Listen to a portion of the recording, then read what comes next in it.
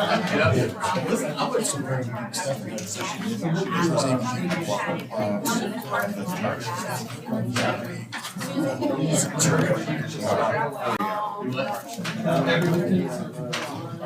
Lisa, Yeah. what is the ordinance number or the resolution number authorizing the sale of Union Street and Buckley Place?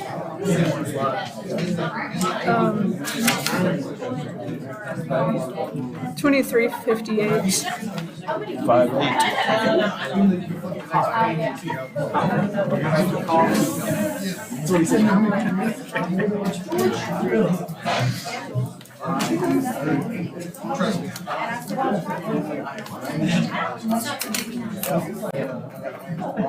Just say when you're ready.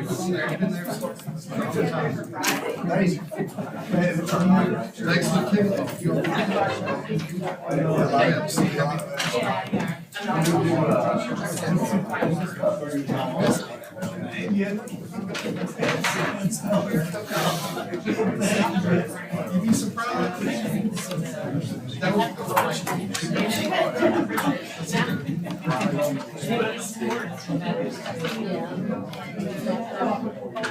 You're good, Deborah. I'd like to call to order the Maysville Board of Commissioners Tuesday, November 14th, 2023. We will begin with our invocation and Reverend Reese. Shall we pray?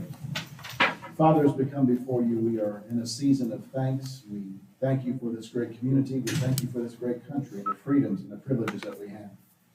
Father, we also have recently celebrated Veterans Day. We thank you for the men and women that have made this country possible to be able to be what it is today. We do ask your blessings upon our meeting today. We pray that everything that we do would be for your glory and for the benefit of this community. We ask these things in Christ's name. Amen.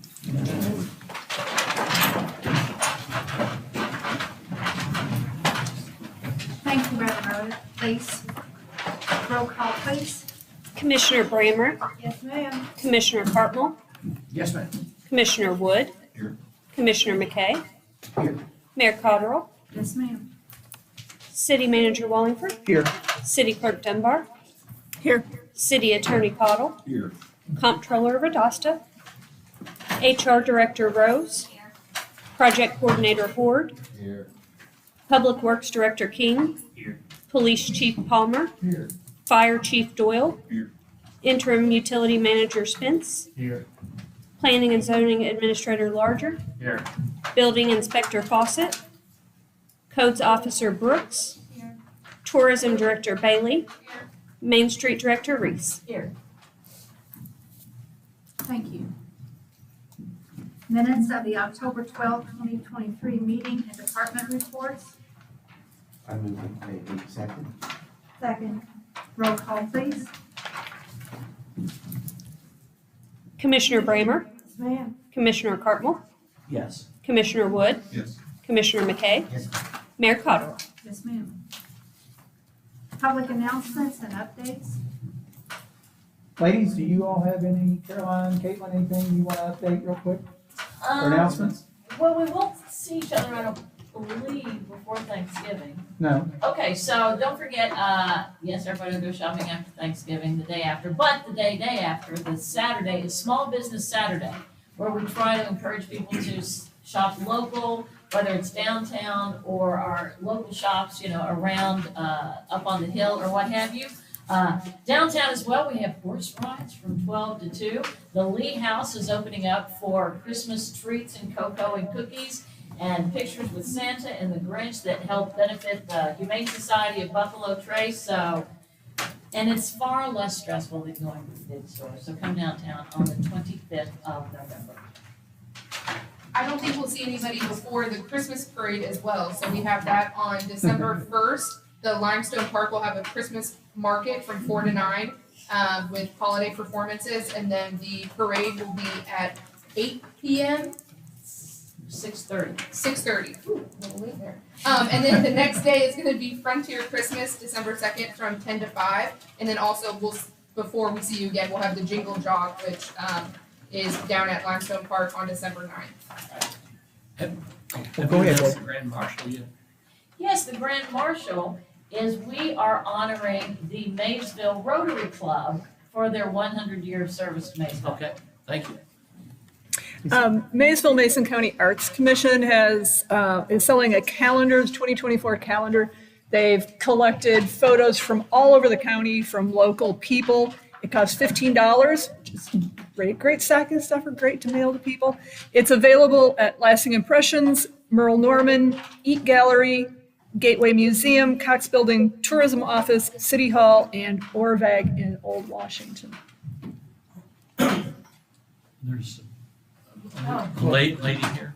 Mom. Myself, yeah, my name's Molly Crane, and I'm running for state senate, which now includes Fayette and Part, Nicholas, Bourbon, Robertson County, Mason, Fleming, and Rowan.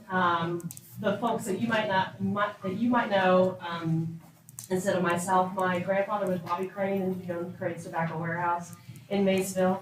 And we have the Crane family farm in Flemingsburg. My grandfather on my mother's side was Gene Barber, who passed away this year. But anyway, I filed to run for this seat last Wednesday, and I'm excited to get to work and to do as much as I can before next November. I was hoping the judge would be here, county judge. He's missed it. Can we get an update, just a summary, on Hazelwood? Commissioner, the last I was told, I was in a meeting with Buffalo Trace last week. They are working with Frontier Housing on procuring an environmental engineer. That is where they are at this point. That's the latest on that one. I can share with you that their board met here last week and toured the facility, and that they do have the contract with EPA. There are some additional signatures when you get a federal grant, and on top of that, you get that also has to have state signatures. But because it's EPA, there's a lot of other signatures, including Fish and Wildlife. So. And I think in that commissioner, in that meeting with Buffalo Trace, they mentioned they don't anticipate seeing anything moving until probably middle, late next spring. Now, did you all go to the same meeting? Was it? I had a meeting with Buffalo Trace in my office. Okay. No, the one that was at the Cox Building. No, I didn't go to that, no. Oh, okay. No, I didn't go to, that was their board meeting. Oh, okay. Yeah, that was their board meeting, yeah. They did a retreat here in Maysville Oh, okay. for their board, yeah, which is great. So it's full steam ahead. Yes, sir, it is, absolutely. Yes. I think they're just working through some federal issues at this point, yeah. What about the right banner? Last I've heard is it's still proceeding, it's still moving forward. Obviously, as we all know, that unfortunately, our downtown branch of US Bank has shut down.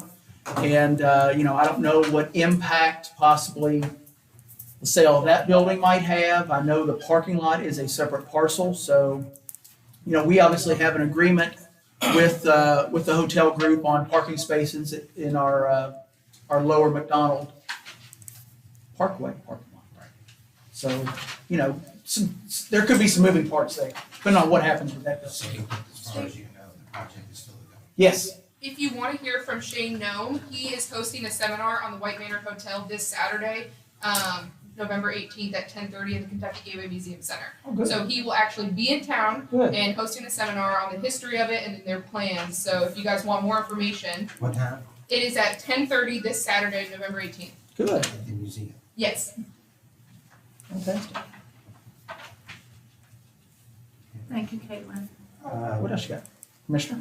Sign for the Fourth Avenue Park, we talked about that. We did, and I talked to Corey Arthur late yesterday afternoon.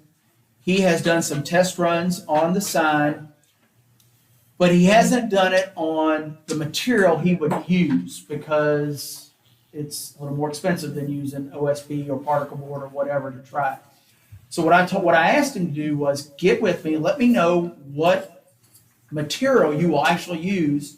We'll go get a sheet of it, probably $80 or whatever, to see if that will work. And if there is an issue, I think we need to go another round.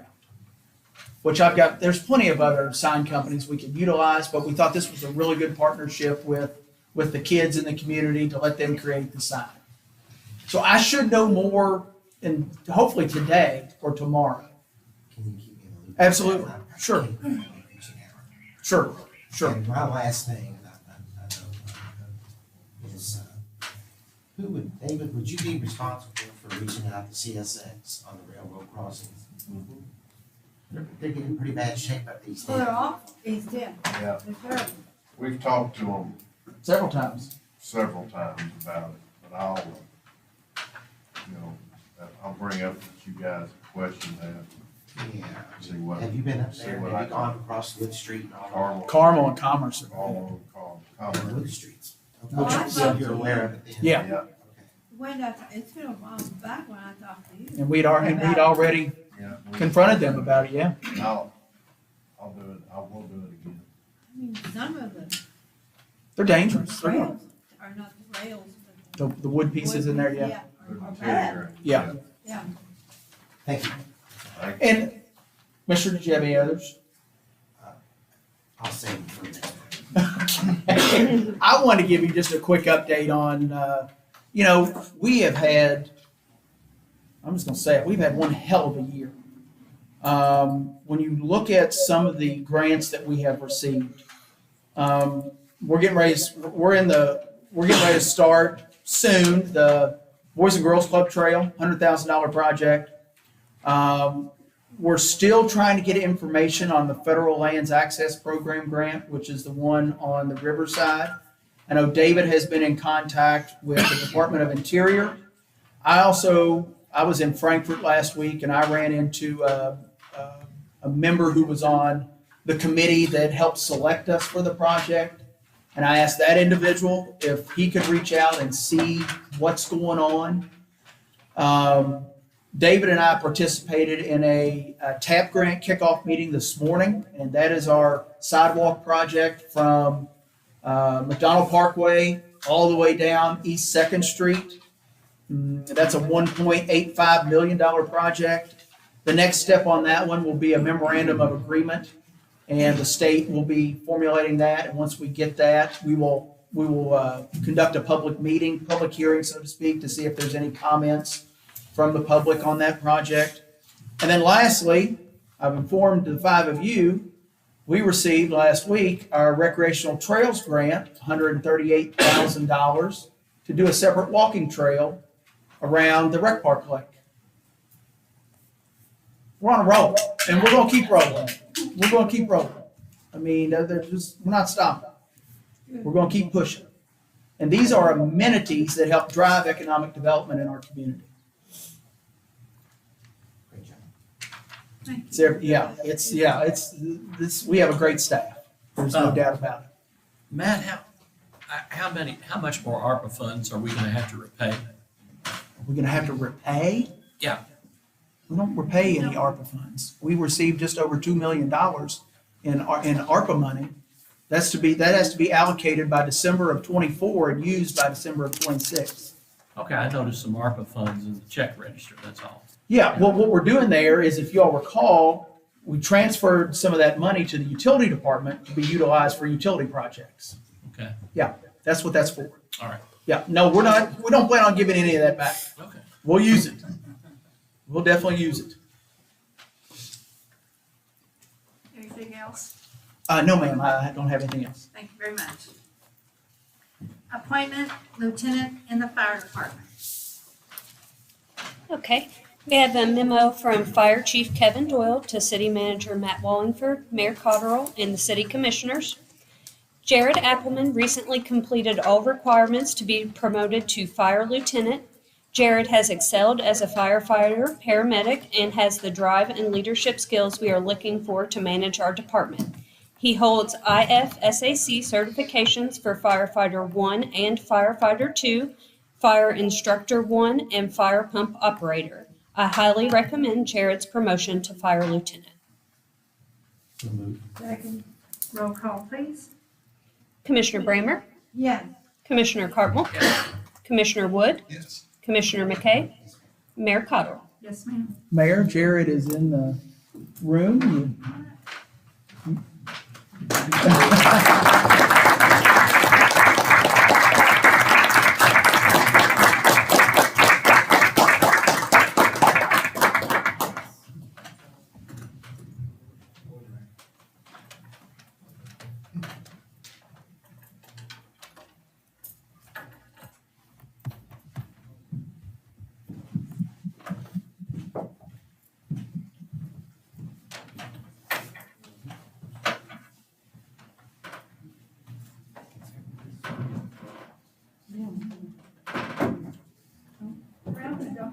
Let's go on and prick him.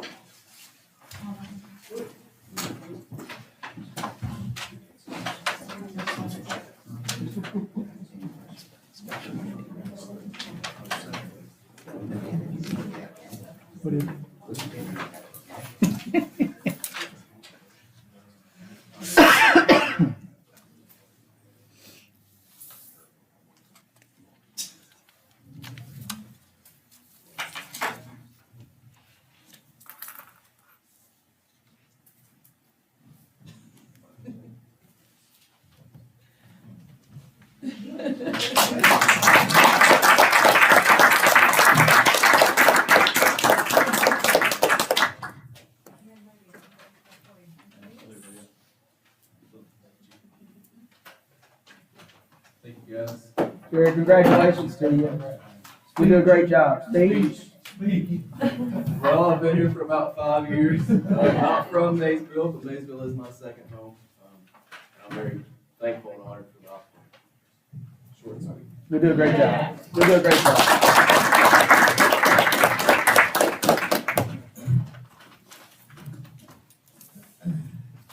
Next, we have Jason Coppell with the AirVac. Jason? Jason, you come up here so we can get you on the mic. You don't care. We got some information real quick, hand up these, you can follow along. Thank you.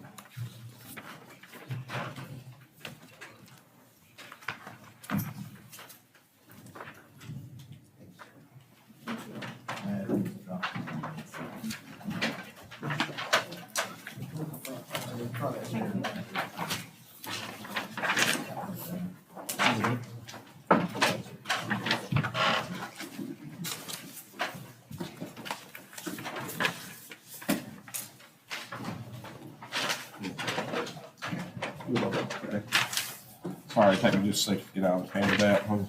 You can follow along there.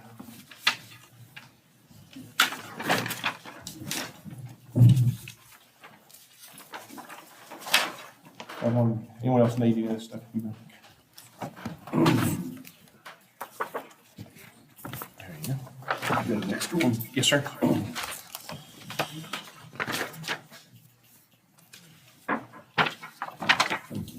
You're welcome. Well, good morning, everyone. So my name is Jason Coffell. I work for Air Evac. Some of y'all are probably familiar with us. I do thank you for the opportunity to come in this morning and present our membership program to you all as a city. And so what we do is we provide air med care to different parts of the country. We're the largest in the country as far as the whole goes. You up here know us as Air Evac, but really we're Air Med Care Network, which is part of Global Medical Response. And so the air side of Global Medical Response is Air Med Care Network. That's the mothership, if you will. And so around here, you would know, like I said, as Air Evac, you see us flying here all the time. So I was going through my areas, I'm new to the area. I've been in Kentucky about 1.5 years. And so I've been working this job about 1 year. And so looking at all my coverage areas, which this is one of them, going through my city plans, looking at them, my county plans, school plans, so forth and so on, business plans. Maysville, we're in here, I ain't allowed to really get out the numbers, if you will, but it's a lot. We fly over here, in and out of here all the time here in Flemingsburg. And pulling up my local plans, looking at city governments, county governments, those things. Pretty much everyone around this area is covered for our city and county plans. And if you want to know which areas it is, I can be more than happy to tell you. If you jump across the river, we're covered up with cities that's got us and counties and so forth and so on around you because we're in here so much.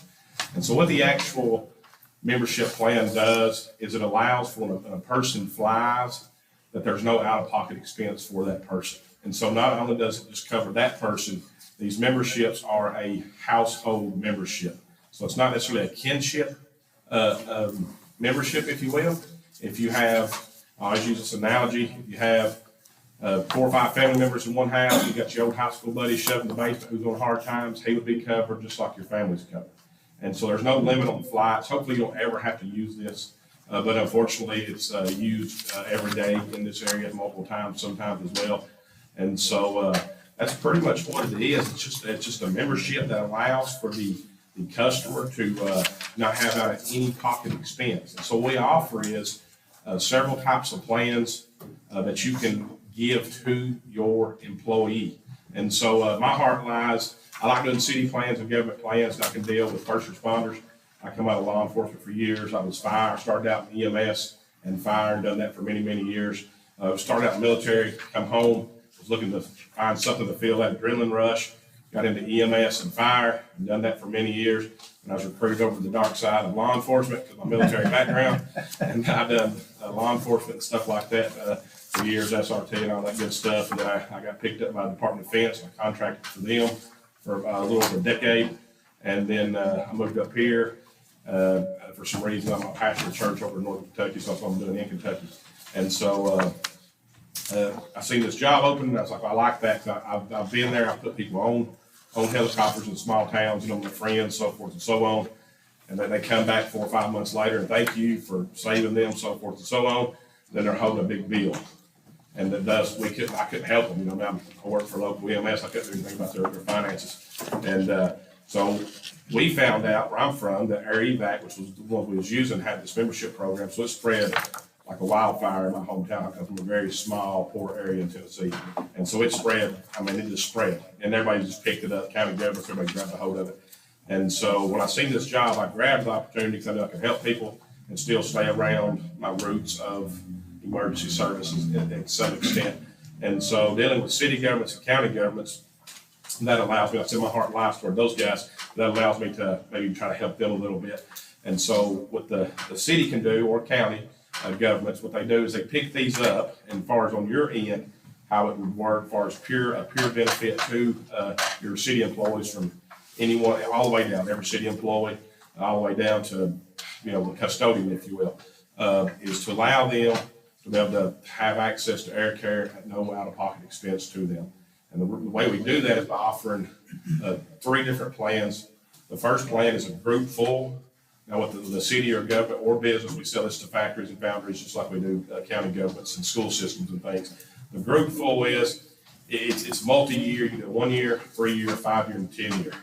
And obviously, the more years up front, the cost is higher, but you save money on the back end. It also locks you in also at a fixed price that just stays, you're just locked in, locked price. And so you buy 5 years, you're good for 5 years, no matter if there's any ever price increases, it doesn't affect you until time for renewal, 10 years, same way, so forth and so on. That's the group full. It's a gift, is all that it is. And so there's I wouldn't say it's a danger in it, but a lot of people ask me is, what if the person leaves and we hire, John Smith leaves, we hire Jane Smith. Well, Jane Smith's not covered. And so then you'd have to buy another one. And some people do that, and that's fine. But what a lot of people's doing, because the turnover rate nowadays are so high, all the pricing is the same across the board. As far as where they start out in the years and everything, no matter which plan you use, all the pricing is the same. It's just we've made 3 plans to try to tailor the fit and help the customer the best we can. The next will be the census plan. Now, the census plan is probably becoming the most popular that I've seen since I've been selling this for a year, because it stays in-house. And what I mean by that is, let's say you normally run 100 employees, 200 employees, 50 employees, whatever the case is. You buy that many slots, and the slots stay within the confines of the business or city, county government, whatever it is. And John Smith's there. John Smith's on the list. Him and his family's covered. Him and his household's covered. John Smith decides to quit, take another job, whatever it is. You hire Jane Smith. Jane Smith comes in. You just put her name on the list. Now Jane Smith and her entire household is covered, all for the same pricing as any of the other plans. And that's the 2, as far as the city or city government, county government, business can offer as a pure benefit to the employee for working for us. And then the third is just your traditional benefit, but it's a payroll deduct, which is a benefit, but it's coming out of the actual employee's pocket, if you will, as any benefit with it, you'd be doing payroll deduct on. And that'd be set up just like any standard payroll deduct would be set up. And so that's what we offer, is those 3 type plans for different businesses and things like that. And the main thing is that it keeps no out-of-pocket cost. That there's nothing, that the employee or anyone in his household will not pay a single penny if they fly with us, not just here. That goes in all 38 states that we're in, almost 400 locations. So I use Tennessee as from as an example. You go down toward Gatlinburg or something for a couple of days vacation. University of Tennessee helicopters kind of got some orange and white and black on it. If it lands and picks you up, that belongs to us too. It's free, just like Air Evac would be, right? No out-of-pocket cost. It would cost you a dime for that. If Life Force off Erlanger in Chattanooga, which is Tennessee, flies and has to pick you up because you're on the interstate, you've wrecked or something, there's no out-of-pocket for that. There's MedTrans, Reach, Guardian. We own, like I said, the majority of any company would be us as far as different names. You just know us here locally as Air Evac. But all over the country, there's maps in there. You can see all the areas we cover. If you fly with anybody that belongs to us, there's just no out-of-pocket cost to you. And so there's medical professionals in here. I don't know y'all's protocols and everything, how y'all set up flights and things. But we had first call and things like that when I was doing EMS years ago. And now people are flying more and more frequently. And in areas where there's no level 1 trauma centers or anything like that, it's everything's kind of tailored now toward time. Everything used to be the golden hour of like stroke patients and everything years ago. If I was in EMS 15, 20 years ago, I'm sure it definitely changed. But it was always trying to get in the hospital in 1 hour for certain things. Now everything's flying. They're flying everything. Trying to get people UC and Lexington and stuff as fast as they can in order to treat illnesses and injuries. And so that's why in these areas like right here, Fleming County, we fly it's like I said, I'm just not allowed to get power to information. I can't give it out, but it's more than once a day. It's what it averages out to. I'd say that. And the price for these flights, y'all may know somebody that's flown, probably do in this area. If not, you can make a phone call, probably pretty easy to find out. And then you can ask them what the billing was. The billing's extremely high in order to keep these helicopters and things in the air. And so with this membership, what we do is the money's kind of pulled together, if you will. We got about 4 million members that are part of the membership program inside the United States, and we're rapidly increasing. That number's jumped from 3 to almost 4 million in just the last little bit. And so people are starting to really pick this stuff up and go with it. And in my area here, y'all are right in the center of all my area that's pretty much uncovered, untouched with membership is pretty much this center right here, because everybody around y'all is pretty much covered up and blanketed with this membership. And that's one reason why I wanted to get here and get in front of you all and tell y'all exactly what it was and what we do. And it's just kind of a generic speech. If you have any questions, I'll stay to the end. Y'all can ask me, you can ask me now, and I'll try to field those to the best of my knowledge. If I don't have any answers, I'll make sure to get back with you with the answers that you need. Thank you so much. Thank you, Jason.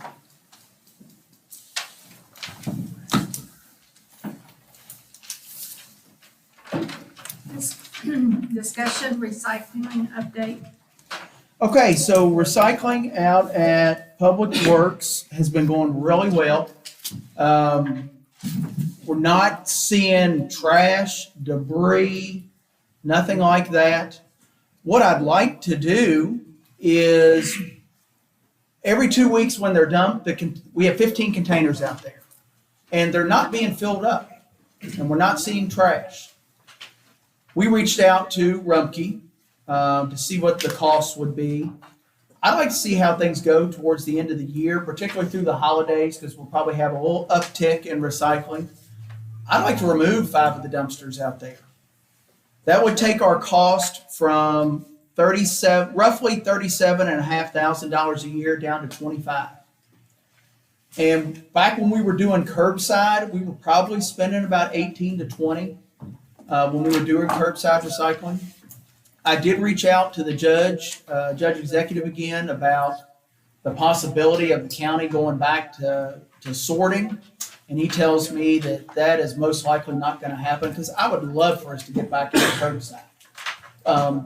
Kyle and Luke were telling me yesterday that they we had an old recycling trailer, and they took the top off of it and made a dump bed out of it.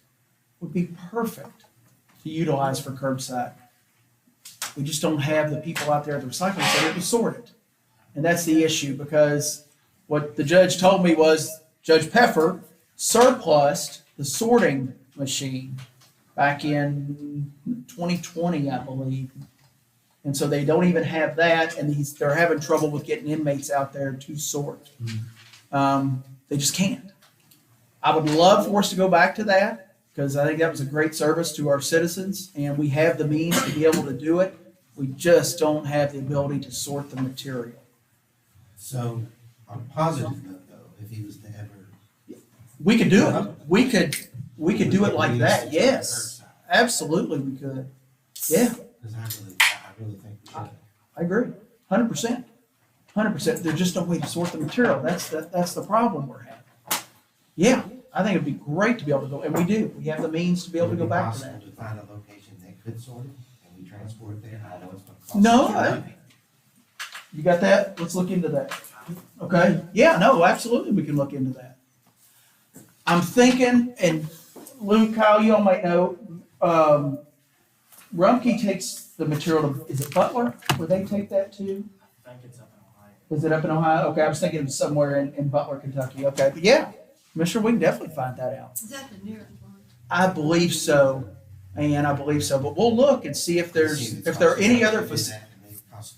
I think it'd be a great service. Yeah, because they've got a dump bed. It would be easy to throw everything in, pick it up, take it wherever we're going and dump it. Because if you recall, when we were doing it, we were doing it 3 days a week, half a day. I mean, we were able to zip through the whole town pretty quick, and I know it's a burden for some individuals to go, say, downtown up to Public Works. I understand that, and that might even help our participation rate on that. So yeah, we'll definitely look into that. But things are going good, and I would like to, after the first of the year, cut back and see how that goes. And we can always bring more of the dumpsters back if we see that these are getting pulled up and we're having the same problems we had before. But we're not seeing trash out there. People are really, I'm thankful for what's being put in there. And I'm out there 2 or 3 days a week, and I try to make a point to look in the dumpsters, and I'm not seeing anything. So that's what we're going to try to do and see how we go from there. Would it be possible to get us a report back on that in December? If you could I don't find think something. there should be any reason why we couldn't get you We'll make some calls and see what we can find. So we got people there now looking at driver's license? one. Yes. I've had last 4 to 5 weeks, someone there every Saturday that isn't already there working. So yeah, usually we've got somebody working Saturday, whether it's recycling. But not for Monday through Friday. Yeah, I don't think we have an issue. I don't think there's an issue considering the amount of recycling that we're seeing, and we're not seeing trash. Commissioner, we will definitely monitor it. And what I would eventually like to do, if things are going good, is not have an employee out there every Saturday, maybe be random, just to kind of keep folks honest, if things keep going the way they are. But yeah, I think Saturday is definitely the day where you might have some folks come in to try to. Have they Yeah. had to turn very many people away? Not that I've heard. Usually, what I see is they're willing to show their license. They're aware of it. It's a good thing. Yeah, it is. We'll keep you in the loop, and we'll get on and see if there are any other options. Thank you, gentlemen. Discussion renaming city streets. Okay, so we have a request to rename a street. I talked to the requisitioner, I guess would be the right term, this morning, and he has talked to individuals on the street. And for the entire street, he feels like it's a no-go because he didn't get the feedback he was looking for. But a portion of the street from East Second to the flood wall is a go. And it's my understanding the person that they'd like to honor lived in that section there. So yes, a portion of the street we could move forward to rename. Was he okay with that? Yes. Whoever requested? Yes, ma'am. Yes, okay with that. In fact, he called me this morning and is good with that. So what I'd like to do is bring an ordinance to you all next month, because it would have to be an ordinance to rename the street, or the section of the street. We can have the first reading in December, second reading in January, and this will be right before this individual's birthday. And what street is this? It will be the section of Commerce Street from East Second to the flood wall.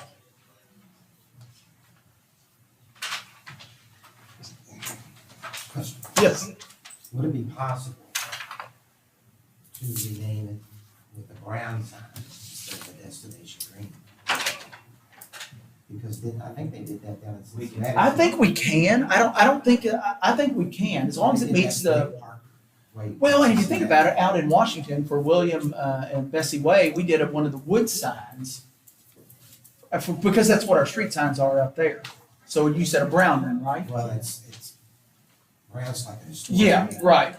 And green's I don't destination. see why we couldn't. I'll check on that too. We'll make sure that that conforms to the manual for uniform traffic code devices. Because what we don't want to happen is we get sued because we don't have a compliance sign. We'll definitely check on that, Down in Commissioner. Cincinnati, they got the street sign, but they also named it, also known as Day Parker Way, but it's brown. I see what you're saying. This one. I got you. Okay. Just an idea. No, absolutely. Absolutely. But we'll bring that to you in December for our first reading. Good, Kelly? Yes, sir. Discussion, short-term rentals. Mayor, I'd like to scratch that one. I just got you all that information yesterday, so I'd like for you all to take a little bit of time to go through it, and then let's have a discussion in December. So if you have questions or anything, and pop in if you got any questions. Discussion, health insurance for elected officials. So this was a discussion item last month, and Rhonda and I looked into this. And I actually, when I was in Frankfurt last week, talked to an attorney at the League of Cities. And really, you only have two options. It's either you offer all plans to the elected officials, or you offer no plans to the elected officials. You can't pick and choose what could be offered. So it's really all or nothing. And if you all want to go the route of nothing, then we would need to, I guess, a municipal order, or because it's really not, There's nothing in our I don't even know if it ordinance. would it just take a motion? I would say a municipal order would be safe because that deals with within city government. Right. I would agree with that. Okay. There's nothing in our ordinances No. that says we No. provide these benefits. That's correct. We That wouldn't is amend correct. an ordinance, No. a municipal order. Okay. I'm just confused with how it ever got changed to a 40-hour person. How long ago was that done? They said- Now you're confusing me. Okay, you said you changed it, not you, but it was changed because they deemed us as 40-hour employees. As far as I know, Commissioner, the 23 years I've been here, it's always been offered to elected officials. As a 40-hour employee. Health insurance. No, it's all You're, that, you're eligible for health insurance if you work 30 hours per month, or 30 hours per week and 130 hours per month. Yeah. It's not 40, so it's just. and that's federal Correct. law. Federal law. Yeah, like I said, as far as I know, it's always been, since I've been here, it's been available to elected officials.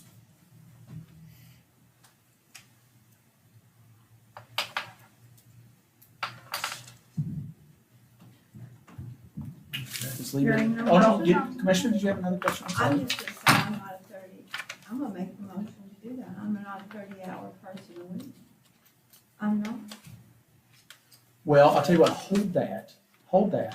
Let us draft a municipal order. Okay. We'll do, if that's the purview, if that's what the commission wants. I mean, I've got one, I'm just saying. No, I understand I'm that. not. you are, but you're not. You think about it.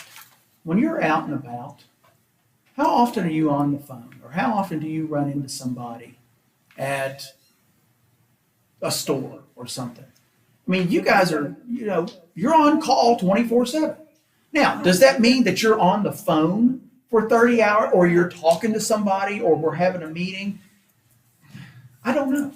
But I mean, really, you're available full-time, if that's the way to put it. You're available full-time. And I tell people that. Right, absolutely. You were elected by the people, you represent the people, and you're available to them.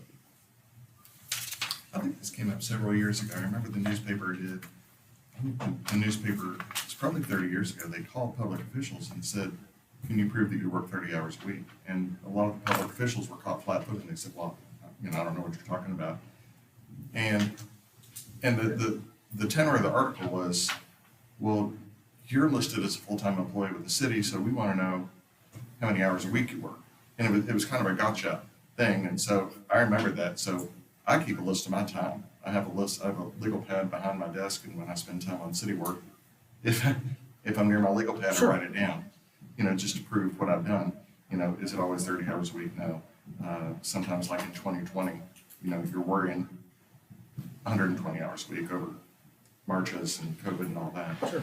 So I think when all that came about, the HR person at that time said, in order to get benefits, we have to list them as full-time, and full-time is 30 hours a week. So there's a genesis, is what I'm saying, not what's right or wrong. There's a genesis from 30 years ago that we had to be listed as full-time employees, whatever that was, to get those benefits. So anyway, I'm just trying to provide context from what I remember from 30 Okay. years ago. Okay. Or 20. Now, you're going to chime in. If you do decide to do a municipal order that strips that benefit, there is a look back period, correct? And you'll have to explain to them how that works, because that goes over my head. So basically, we've already conducted open enrollment, so anyone that enrolled for 2024, you will have benefits as of January 1. But then if you do a municipal order to stop the benefits, there's still what's called, with Affordable Care Act, a stability period. With that stability period, you look back, and if you worked full-time hours and had benefits, then you would be eligible the following year for the same benefits. And then after that year, that's when the benefits would stop. So whatever we do Oh, here sorry. today wouldn't go into effect until open enrollment next year. If we were to, No, it would be actually 2025, wouldn't it? 2025 open enrollment for January 1 of 2026. Because of that look back and.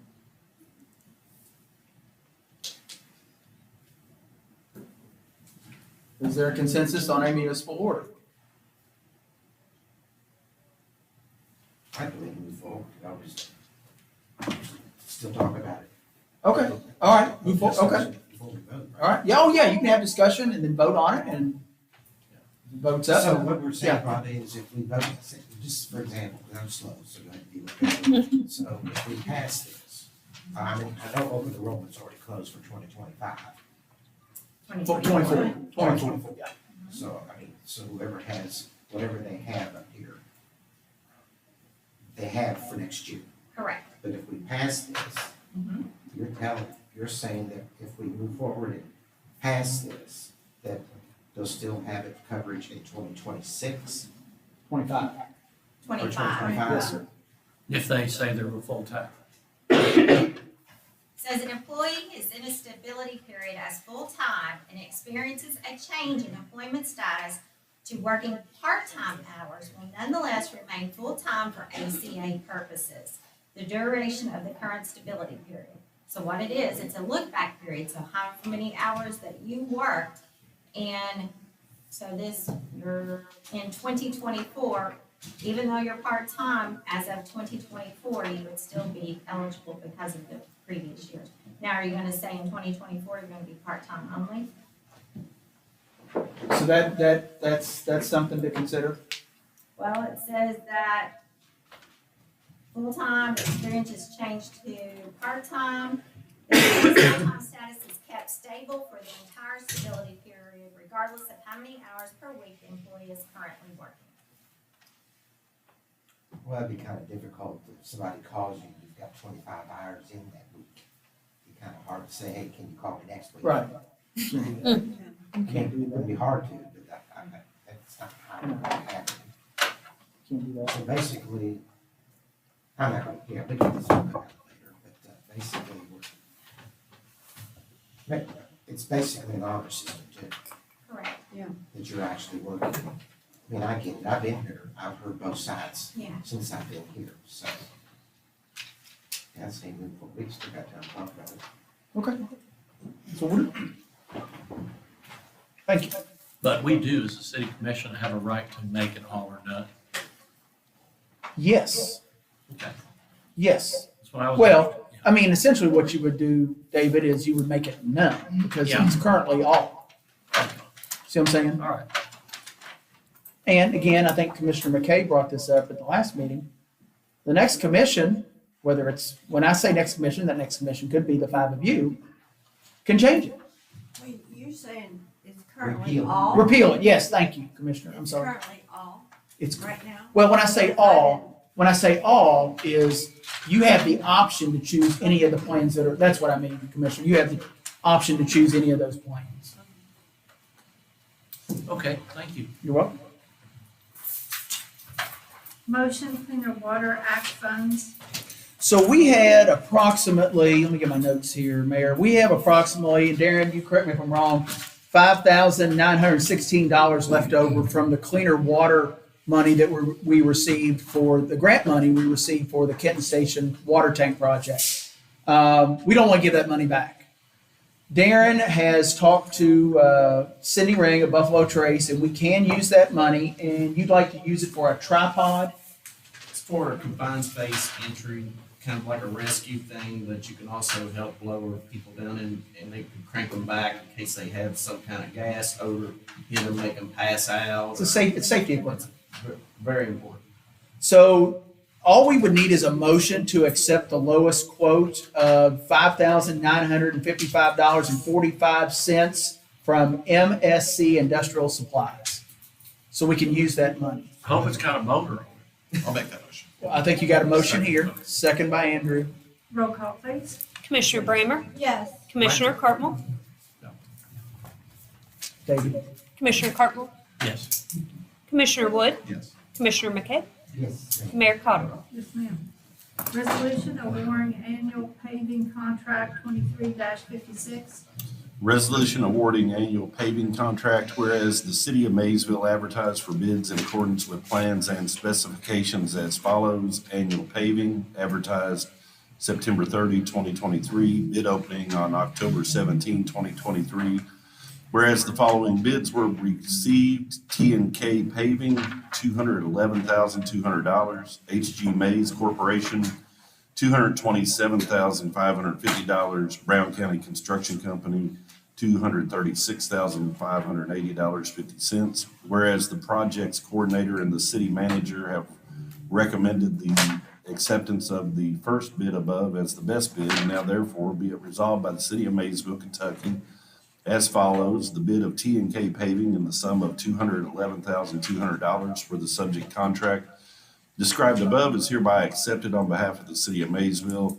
2, the mayor is hereby authorized and directed to execute all contractual documents necessary or appropriate to effectuate acceptance of said bid and to consummate the contract on behalf of the city of Maysville. So moved. Second? Roll call, please. Commissioner Brammer? Yes, ma'am. Commissioner Cartwell? Yes, ma'am. Commissioner Wood? Yes. Commissioner McKay? Yes, ma'am. Mayor Cottrell? Yes, ma'am. Resolution awarding bid for the fire rescue boat, 23-57. Resolution awarding bid for fire rescue boat, whereas the city of Maysville advertised for bids in accordance with plans and specifications as follows. A, fire rescue boat. B, advertised on September 20, 2023. C, bid opening on October 4th, 2023. Whereas the following bids were received: 1, Munson Boats, $548,908. 2, Silver Ships, $536,833.40. Whereas the city manager and fire chief have recommended the acceptance of the bid of Munson Boats as the best bid, as the second bid did not meet bid specifications in several categories. Now therefore be it resolved by the city of Maysville as follows. Number 1, the bid for the Munson Boats in the sum of $548,908 for the subject contract described above is hereby accepted on behalf of the city of Maysville. 2, the mayor is hereby authorized and directed forthwith to execute all contractual documents necessary or appropriate to effectuate acceptance of said bid and to consummate the contract on behalf of the city of Maysville. I'll make that motion, Karen. I'll second. Roll call, please. Commissioner Brammer? Yes, ma'am. Commissioner Cartwell? Yes, ma'am. Commissioner Wood? Yes. Commissioner McKay? Yes, ma'am. Mayor Cottrell? Yes, ma'am. Resolution authorizing sale of property known as Union Street Extension and portion of James M. Buckley Place, 23-58. Resolution authorizing sale of property known as Union Street Extension and portion of James M. Buckley Place. Be it resolved by the city of Maysville, Kentucky, that the mayor is hereby authorized and directed to execute a deed selling a portion of Union Street Extension and a portion known as James Buckley Place, Maysville, Kentucky, for its appraised value. I'll make that motion. Second for discussion. Has it been appraised yet? $2,200. Thank you. Yes, sir. Roll call, please. Commissioner Brammer? Yes, ma'am. Commissioner Cartwell? Yes, ma'am. Commissioner Wood? Yes. Commissioner McKay? Mayor Cottrell? Yes, ma'am. Resolution authorizing mayor's proclamation honoring local veterans 23-59. Resolution authorizing mayor's proclamation honoring local veterans, whereas in 1954, President Dwight D. Eisenhower signed the first Veterans Day proclamation, call on our nation to pay appropriate homage to the veterans of all its wars who have contributed so much to the preservation of this nation. And whereas the words of that first proclamation still ring true, let us solemnly remember the sacrifices of all those who fought so valiantly on the sea, in the air, and on foreign shores to preserve our heritage of freedom, and let us reconsecrate ourselves to the task of promoting and enduring peace so that their efforts shall not have been in vain. And whereas there are approximately 295,000 veterans in Kentucky and approximately 750 veterans in Maysville and Mesa County who, by their continued devotion to the highest ideals of citizenship, constitute a foundation of both the strength and progress of this city and state. Whereas the Mason County Retired Senior and Volunteer Program will be having Star Spangled Celebration on Friday, November the 4th in the Fields Auditorium at Maysville Community and Technical College to honor the following veterans for their service: Eddie Brierly, Cecil Tom Applegate, and Robert Eugene Berry. Now, therefore, I, Deborah Cottrell, Mayor of the City of Maysville, do hereby honor all veterans in Maysville and proclaim November 11th, 2023 as Veterans Day of the City of Maysville, and encourage all citizens to observe with appropriate ceremonies and activities the sacrifices and contributions of our veterans who fought for peace and defended democracy in our land and abroad. I'll make that motion. Second. Roll call, please. Commissioner Brammer? Yes, ma'am. Commissioner Cartwell? Yes, ma'am. Commissioner Wood? Yes. Commissioner McKay? Mayor Cottrell? Yes, ma'am. Mayor, if you don't mind, I'd like to just read off the veterans that we have employed for the city of Maysville.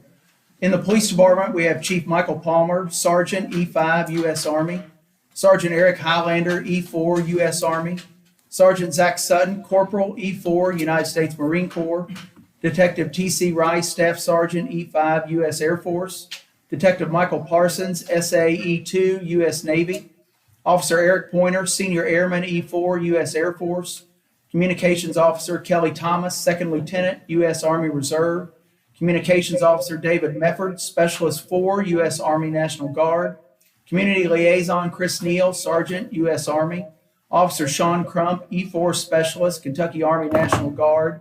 In the Utility Department, we have Joey Todd, First Lieutenant, United States Army and U.S. Army National Guard, Luke Huron, Corporal, U.S. Army National Guard, Kerry Washington, Sergeant, First Class, U.S. Army. In Public Works, we have Assistant Public Works Director Kyle Saylor, Chief Petty Officer, E7, U.S. Navy, Gary Lunsford, Sergeant, U.S. Army, and Joe Erskine, Specialist, E4, U.S. Army. So we thank them for their service and for their employment here.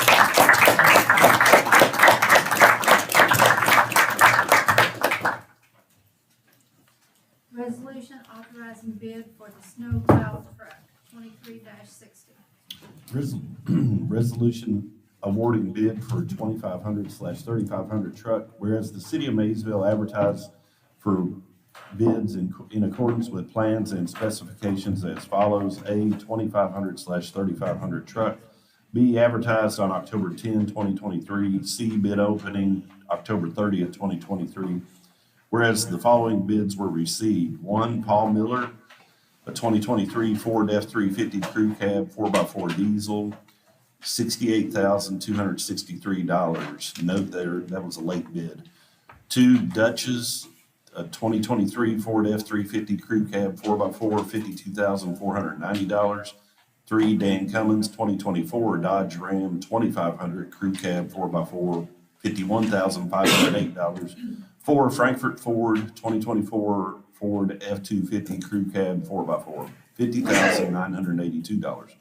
Whereas the city manager and public works director have recommended the acceptance of the bid of Dutchess as the best bid, now therefore be it resolved by the city of Maysville, Kentucky as follows. The bid for Dutchess for the 2023 Ford F-350 Crew Cab 4x4 in the sum of $52,490 for the subject contract above is hereby accepted on behalf of the city of Maysville. 2, the mayor is hereby authorized and directed forthwith to execute all contractual documents necessary or appropriate to effectuate acceptance of said bid and to consummate the contract on behalf of the city of Maysville. I'll make that motion. I'll second it with discussion. I need clerk. I went back. Come on. Hey, what you got? I went back on the budget. Uh-huh. And we did authorize a 3/4 ton truck Mhm. for 55,000. Then we did a salt box and plow Mhm. for 20,000. Correct. So They're is this separate. combined? or No, separate these or are what? separate. These are separate. These are separate, these are separate items. The commissioner, the second one there, the box and, The plow. yeah, that we would get quotes on and buy that. So is this the quarter ton that you're talking about? This is a ton truck. Okay. It's actually a ton truck. We're picking it because it's a bigger truck and it's within our budget. It's- Salt truck and would it be applied to this 350 or can it be? Yes. Yeah, okay, I'll let those guys answer that one, yeah. This is the truck to be able to put the equipment onto. There'll be a snow plow on the front of it and then a salt spreader in the back of it. So you're just saying this and this being combined, right? No. It's one truck. No, those are separate items. This is just the truck itself. You're just talking about, but you instead of getting authorization for the 3/4 ton, you could done a ton truck, right? Yes, because we're getting more value for, and still under our budget, it's a bigger truck. Okay. We'll get a lot more out of that.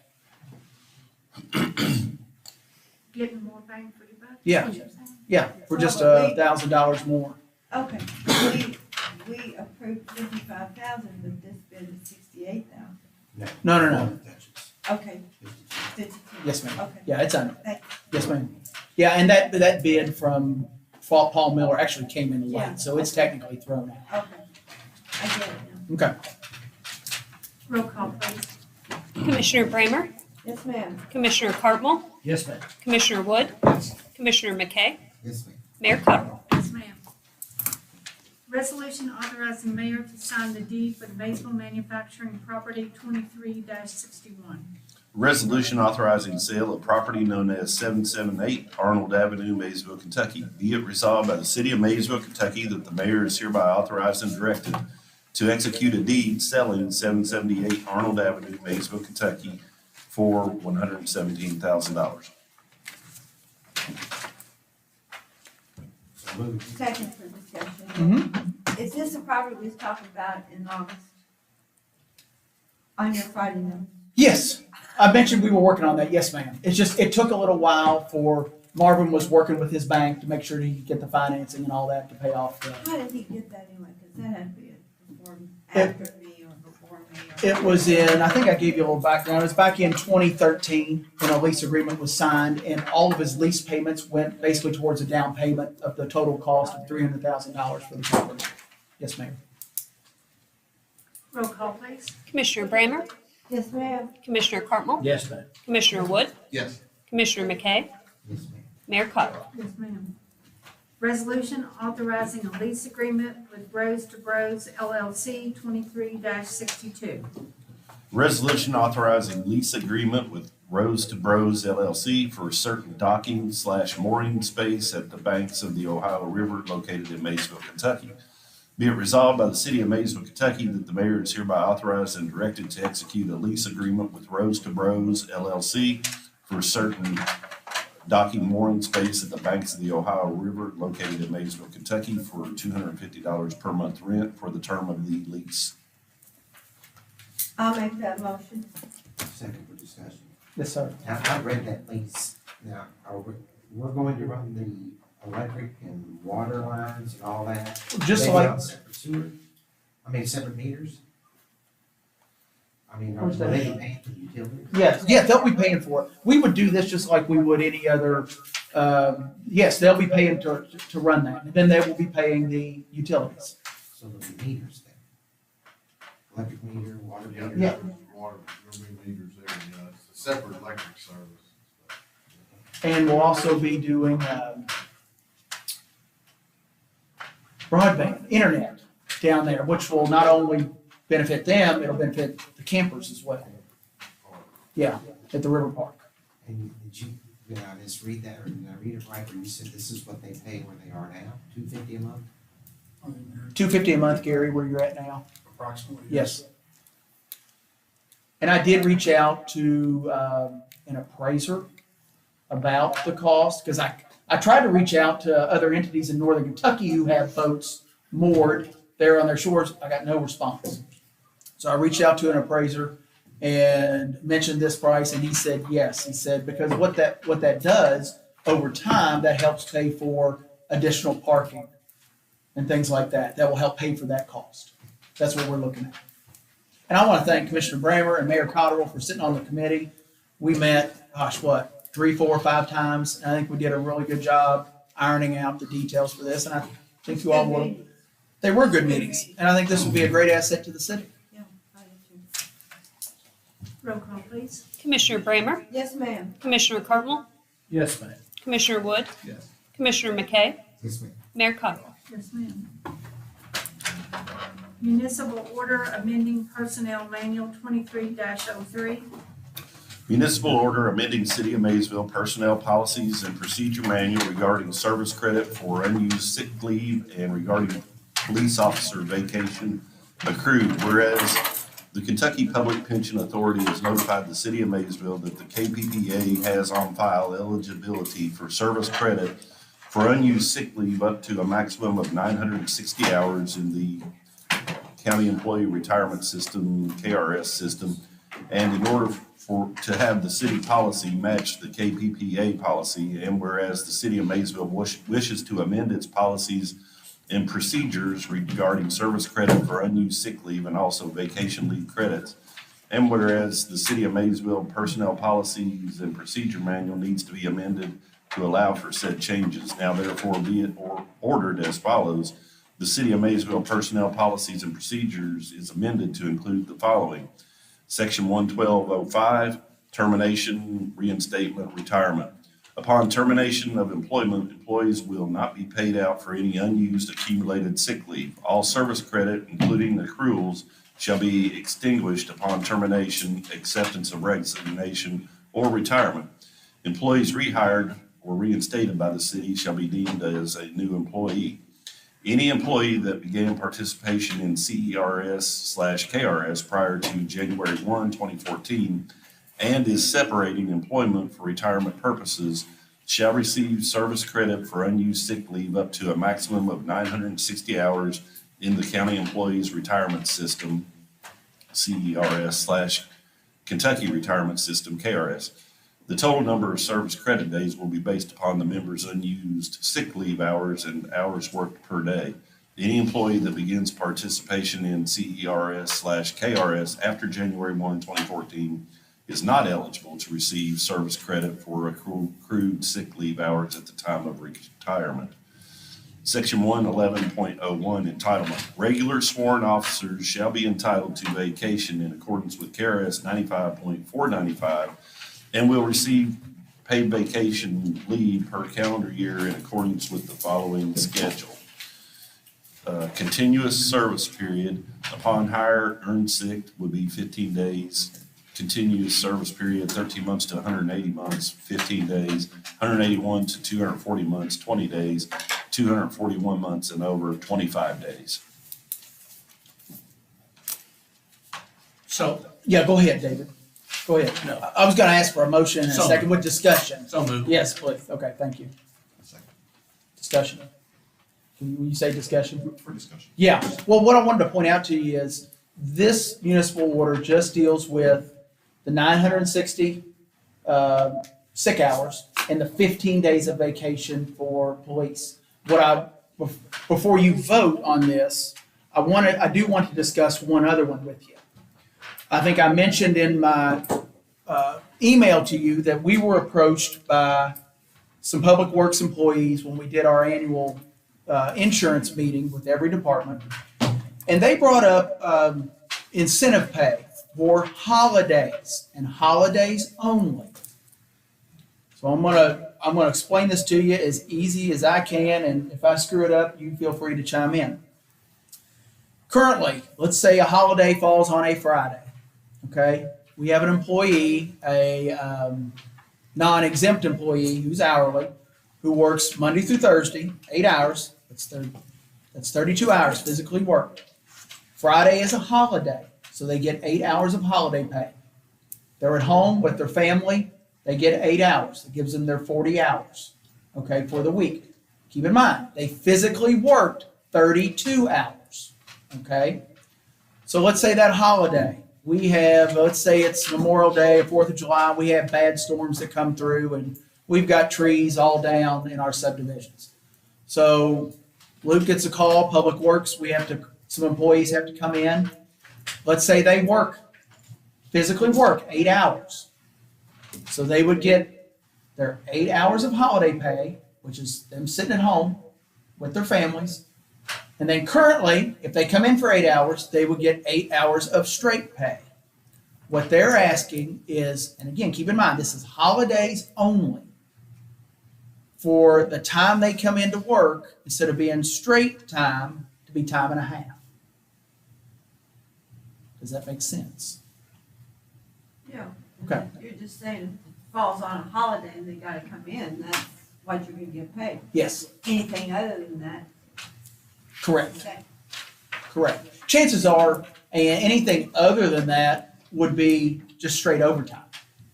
Because they probably would have worked their 40 hours. Right. That makes sense? We don't have, I want to make sure you all were okay with that because that would be a separate municipal order. That's not in this one. Because if you all are good with that, and that would apply to utilities as well. Say it's Christmas Eve and the ground's frozen, they get called in for a main break. You know, it would apply to them. We're talking about everything but transit, right? Transit wouldn't be called in for. Not unless we had some kind of a major incident where we had to transport Maybe people. looking at police, fire. Yeah, and again, I think I mentioned to you, we're gonna evaluate police and fire too. We've had discussions with Chief Palmer and Assistant Chief Connolly, Assistant Chief Carpenter, and Chief Doyle on how theirs plays out because chances are it's convoluted. I'll say that, but they're getting overtime already for being in. This is for anybody else who's working a normal 40-hour work week who gets called in on a holiday, just a holiday. It may never happen, but if it does, you know, it'd be nice to give a little bit of extra incentive. They could be sitting at home with their family enjoying the holiday and then something happens and they get called in. I think they should be rewarded for that. Matt, Friday I had guys put in 14 and a half hours Friday. And that was a holiday. Yeah. That is, again, that's a separate municipal order I'd like to bring to you next month.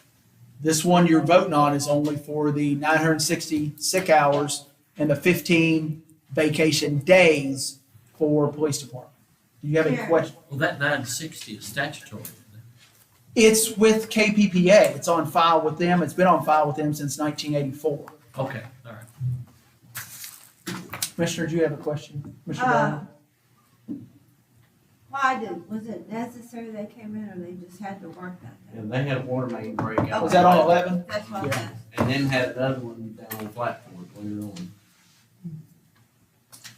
So is this strictly for the police department only? Is this what you're saying? The one you're voting on is 15 days of vacation, days for the police department, and then the 960 sick hours for anybody who's a tier 1 employee.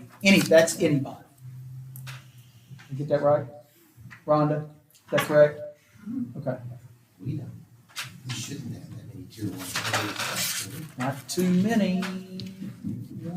Change. What is it, tier 1? Tier 1 is anybody who was in the retirement system prior to September. No, it's tier 1 and tier 2, excuse me. I'm sorry, tier 2 as well. I'm sorry, and it's prior to anybody who was in the retirement system prior to September 1st of 2014. And again, we don't have that many employees that fall within that category. No. Most Sorry, of ours that is are- 1 and 2, I'm sorry. So it's just a tier 1? And tier 2. And that's what? Yeah, tier 3 started after September 1st of 2014, which is basically your hybrid system.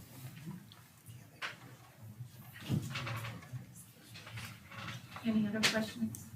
Do you know how much overall that will cost the city? Oh, well, In the the long run, yeah, vacation or the sick? just, well, whichever one. The sick doesn't cost, I mean, what happens with the sick, and I'll just use myself as an example. If I retire at 27 years straight, I worked 27 years, 6 months would get added onto that as if I worked 27 years and 6 months. Or I could work 26 and a half months, and those 6 months would put me at my 27, just as an example. But we pay a portion of it to the state, do we not? For sick, Retirement. to retirement, yes, retirement we do, yes. Okay, Yes, absolutely. okay. It's, tier 1 is what, 5%, and the employee pays 1%, is that right? And then what happens once the employee retires, we receive a statement from KPPA, and then we pay that invoice. But yes, it's based on the Sounds individual's rate. Any other questions? Roll call, please. Commissioner Brammer? Yes. Commissioner Cartwell? Yes, ma'am. Commissioner Wood? Yes. Commissioner McKay? Yes, Mayor Cottrell? Yes, ma'am. Ordinance amending Code of Ordinance, Title 14, Section 201, Abandoned Property Licensing, second reading, 23-17. An ordinance amending Code of Ordinances, Section 14, Section 201, Abandoned Property Licensing Summary. This ordinance amends Chapter 201 to create Chapter 201-20 through 201-27, which deals with abandoned/vacant properties in the Main Street District. It provides definitions for the chapter. It provides for registration of abandoned and vacant properties. It provides for posting and inspection of Main Street District commercial property. It provides for registration fees. It provides standards and conditions, and it provides that remedies herein are not exclusive.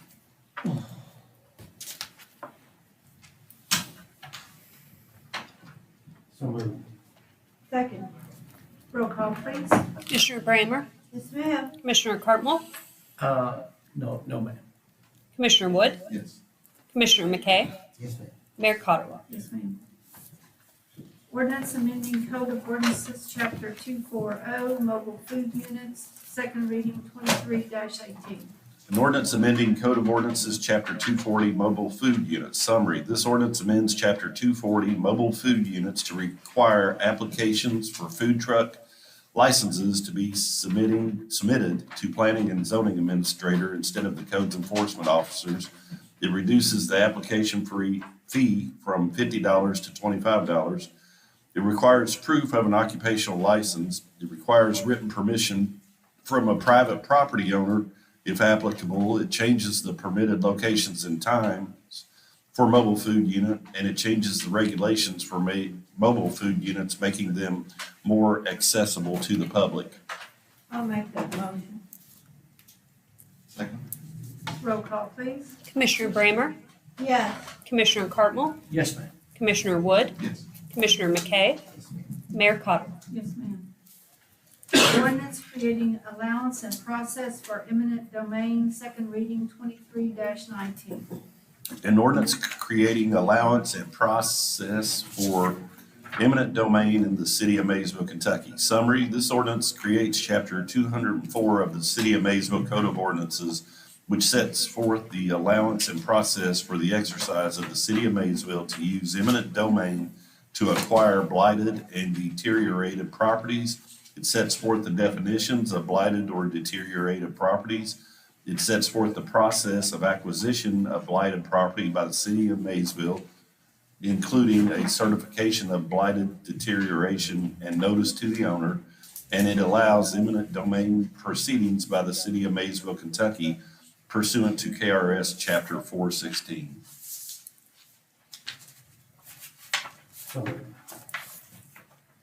I'll second for discussion because I think this lady here had, you wanna ask something?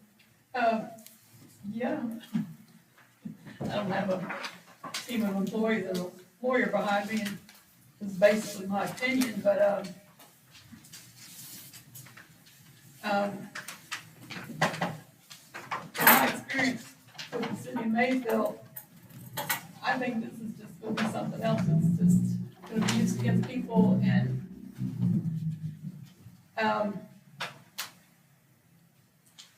I feel like I could be the poster child for abuse from the city of Maysville, actually. I'd like to extend an invitation to talk to any of you commissioners in person or in a group about my experiences. I see a lot of information spread on the internet and lack of information from the city. In my opinion, the truth was not told or it's stretched to look like something totally different than what it actually was in many cases. I just recently got a ruling against the city of Maysville through the Open Records Act that it was violated and information was left out of my request. Even when additional pages more than I originally received were handed over, not everything was included, and an additional after the fact page that was addressed to no one was added to the additional. Ma'am, okay, so we're hold on, we're having a discussion about the ordinance on eminent domain that I just read, and your comments have nothing to do with that. So if you have a comment on eminent domain. Here.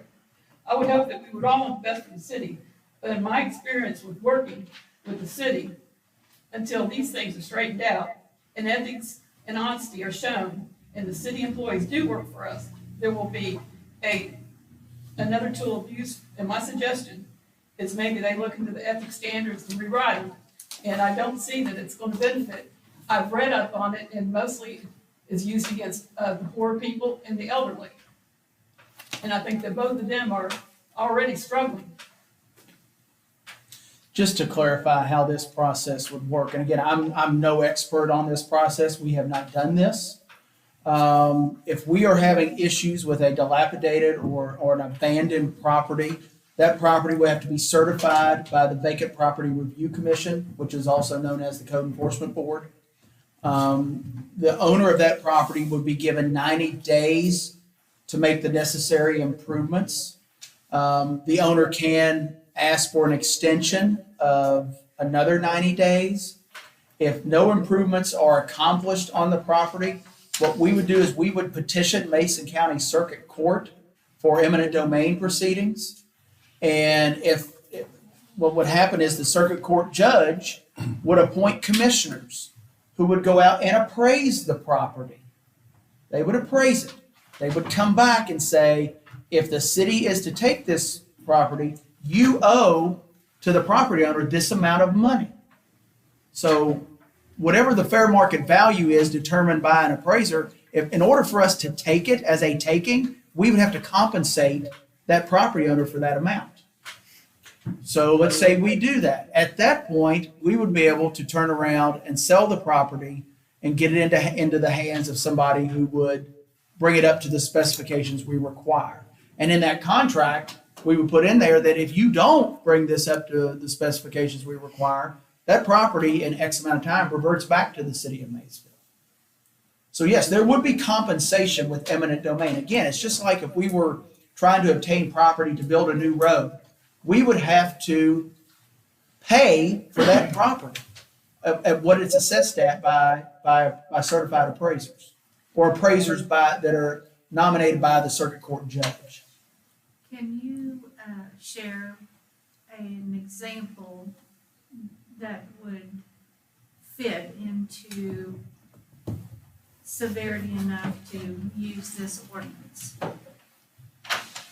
Yeah, I mean, I have properties in mind. There's one in our downtown historic district that is on the abandoned property tax list. That this individual is not doing anything. It's basically, it's gonna fall down probably at some point by demolition by neglect. And he's on the abandoned property tax list. He's paying that higher tax, but he's not doing anything to the property. That's one where I would love to say, look, this has basically been abandoned. It's vacant. It's been that way for probably 12 years at least. That's one I would like to pursue proceedings on. There's one down by you that people are interested in that has potential. Yet there's 21 heirs to the property and nobody can get anything done. That's what I'd like. Those are the kind of properties I'd like to go ahead. I apologize. Yeah. I left my ordinance at work, because this was the second reading. Yeah. Is this just for the downtown? No, I think, Commissioner, you're confusing this one with the one we just did. That's the commercial. This would be any property. And again, there would be court proceedings with this. The judge might say, no, you can't have it. But it would have to go to circuit court, just like any other type of eminent domain proceeding would. Like I said, the best example I can give you is if we needed to build a road, we would have to compensate those property owners to put that public road through there. Does that make sense? Okay.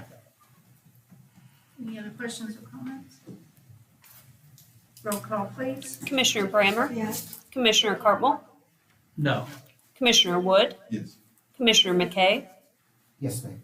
Mayor Cottrell? Yes, ma'am.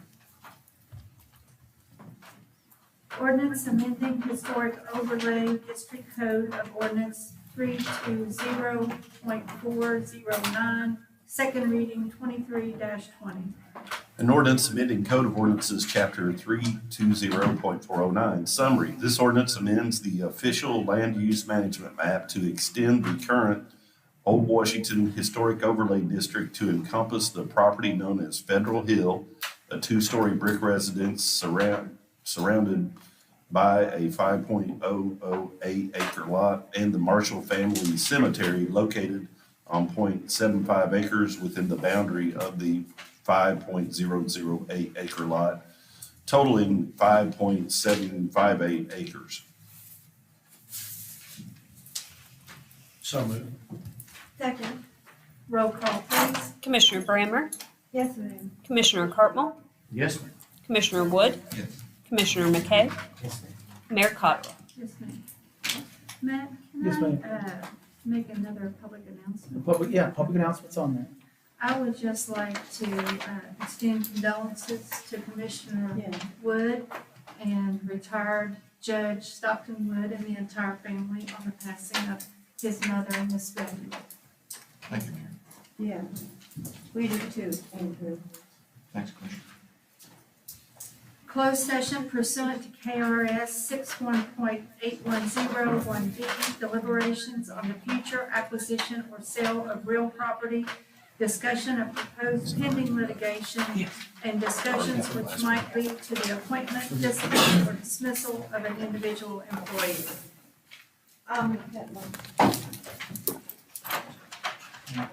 Second. Roll call, please. Commissioner Brammer? Yes. Commissioner Cartwell? Yes, ma'am. Commissioner Wood? Yes. Commissioner McKay? Yes, ma'am. Mayor Cottrell? Hey, Chief Palmer, Chief Doyle, David, Darren, you guys hang around, everybody else, and Luke and Kyle, everybody else can go back to work. Kelly. Can they at least go to lunch first? Oh, yeah, you go to lunch, yeah, I'm sorry.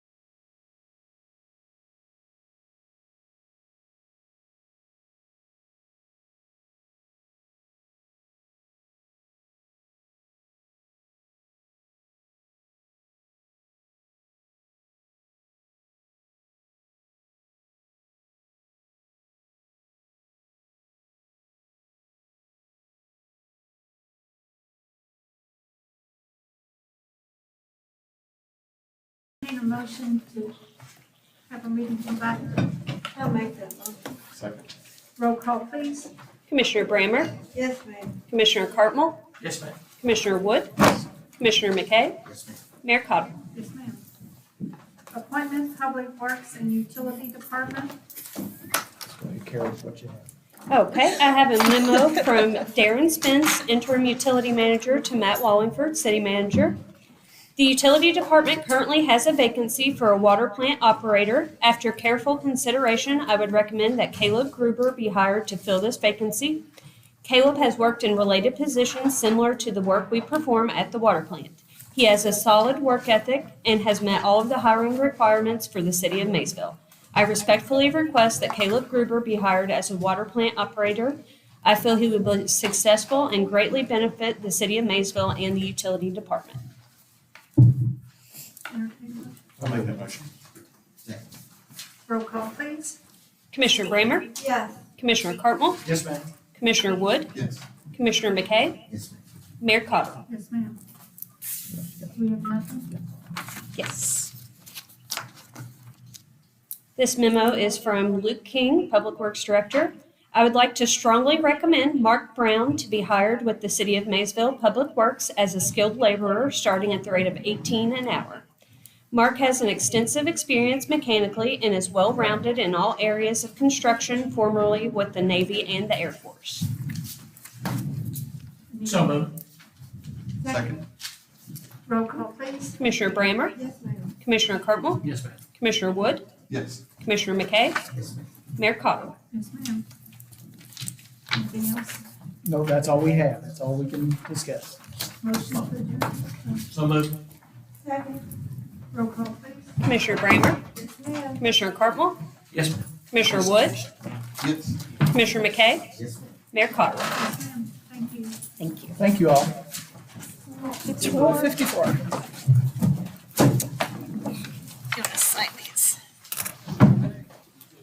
I missed putting a flag on that first one, but.